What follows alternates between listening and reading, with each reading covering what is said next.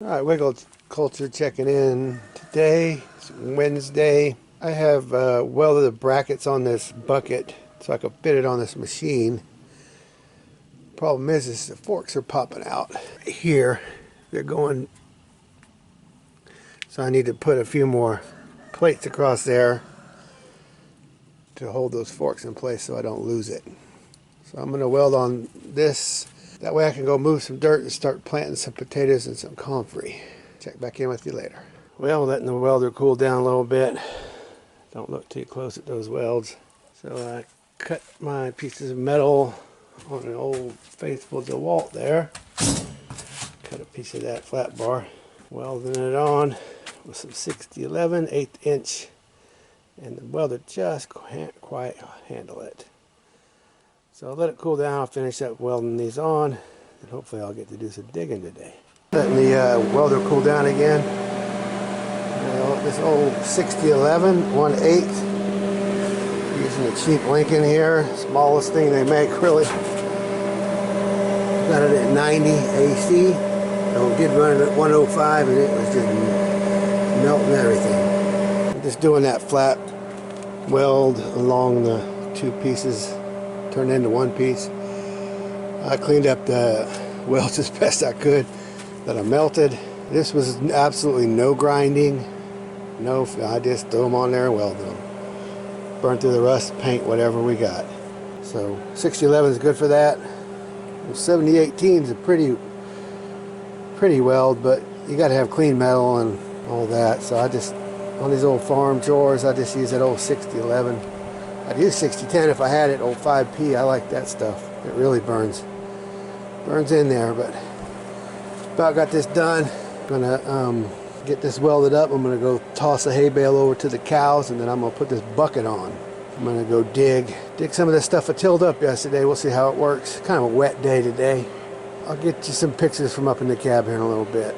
All right, I'll show you on my old loader here. It's 24 volt. Has a short lose power to my batteries, so I got this from Harbor Freight Tool, and it just disconnects between the two batteries, so it kills all the power. I just turn that little switch every time here's my Case W14 1977 model. We'll climb up here.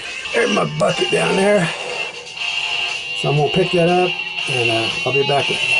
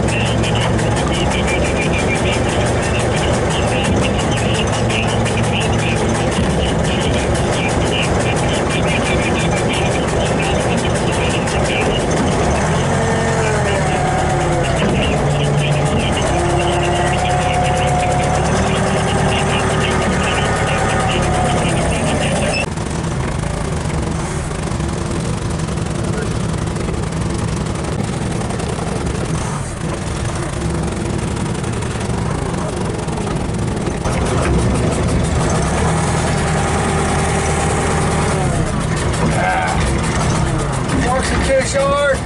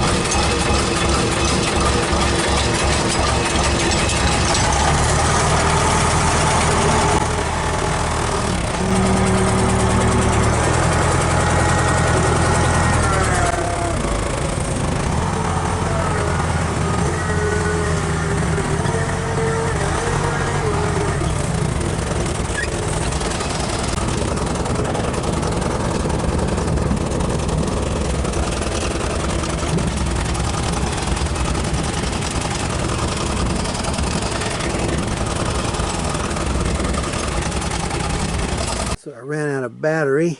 Well, old welds broke when I was putting the forks on. Been sitting a little bit, but now I have to fix that. Still holding tight on that side. Battery went dead on me is why I was.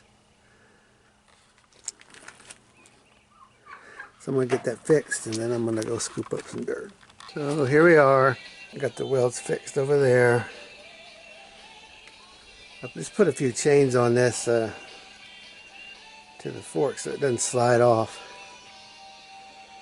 What was happening before is these forks would be poking out here, sliding forward, and then when I try to dig, it was just a nightmare. So hopefully that'll hold. We shall see.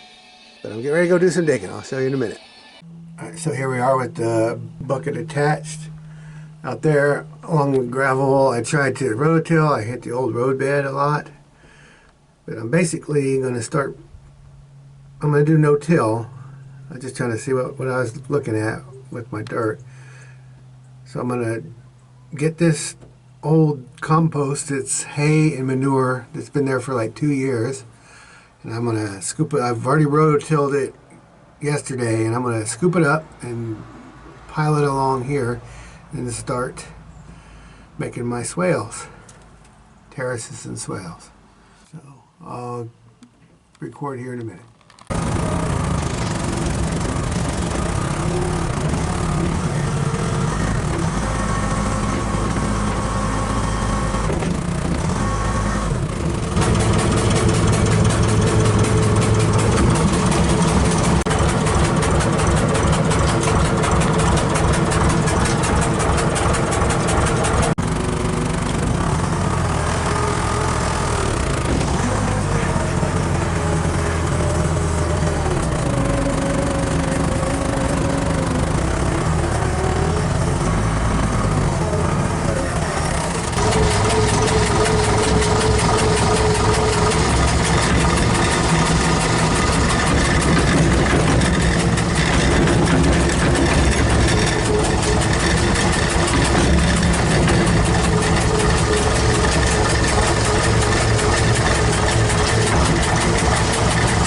What a mess. Hard on the land, but we only do stuff like this once. This is going to be a better road. Bring in some gravel. You can see how thick our compost is. A couple feet. You can see how it's just a ton of fertility, tons and tons of fertility. So that's going to be the same thing in a couple years. Not quite broke down enough. Still see some stalks, stems. And I didn't take the netting off when I was feeding it. That was a big mistake. I'll scrape it down to the subsoil and put gravel on it. The road's going to go down along those cedars. And then there's going to be a road. Circles back around up by the sawmill. I'll put a gate up there on the other side of that pile. So we'll get all this moved. It'll take a little while. Take it easy on the machine. I think it's got a cracked head, so I kind of nurse it along. We'll get all this out of here. There's a better shot of where our road's going to be. Come right through here. There's already a driveway here. You just can't see it. That fence line is to the right of the road. There's an old road bed here. It's just covered up. We haven't been using it. Also going to use this hay. There is old stuff on the bottom and there's newer stuff on the top. But I'm still going to just scrape it up and put it into terraces. No till, but this whole hillside here will become swales and terraces. Ditches and mounds if you want. Got an old wood chip pile there and then some old hay. Got to get all that trash out of there. That's a homestead stand there. We sell produce out of it when we have it. So that there's our front drive. There's some of the piles we moved. I'm going to let it dry out a little bit and I'm going to rototill just the piles. Make sure you get all the poly netting out of there. So I'm going to shape the road, the beds according to the road. Then I'll leave enough room to leave a pretty nice aisle in there. And then we'll put the newer hay on the aisles just to choke everything out. There's that stupid Araucana in my garden over there. Just can't seem to catch her and keep her out. So that'll be 1, 2, 3, 4, 5, 6, at least 6. And I'm not changing any of the land. Wherever I start to have a washout, I'm going to deal with that. If I have any little puddles, I'll deal with that. I'll fill in the puddles, strengthen anywhere that would wash out. I'm going to try to just let the excess water out over there. I'm going to leave it open and just kind of let it wash around the edges. Try to get it to wash into the next swale and the next swale and the next swale as best I can. But we'll see how that goes. But I will do all of my earthworks on the pass. Yeah, there's some problems when I do that, like I had showed the other day of down there where the Chinese cabbage is in bloom, those yellow flowers. We have washout down there. But I'm going to deal with that. I'm going to deal with this. I'm going to put the compost in, then I'll put the hay in, and then I'll put the compost. That way I can use the machinery to get most of the work done. So I'll be working on that for the next few days at least, probably weeks, the way it goes around here. So that's it for now. WiggleCulture out. Okay, WiggleCulture again. I should have showed you the close-up of the material we're moving. You see where I scraped a little too deep, got some clay off the bottom. That's okay, we'll use it. It's not really a leaf mix, it's just along that oak tree there was some leaf litter. And I'll dry this out and chop it all up. Shape it into these mounds. Even that, you know, it's high in mineral. It's not straight clay. It's probably the closest thing you call topsoil in Virginia. Just naturally. Yeah, that stuff hasn't composted yet. It's too deep, too far down. You can tell just by the, still got that manure color to it, and the uncomposted grass. It happens pretty quick though when you get it pulled up here. Let the oxygen get to it. Chickens are obviously going to scratch this up. So it's going to go all the way up there. We'll see if we can choke out that dock. Might take a hoe to it. I don't want that in my future.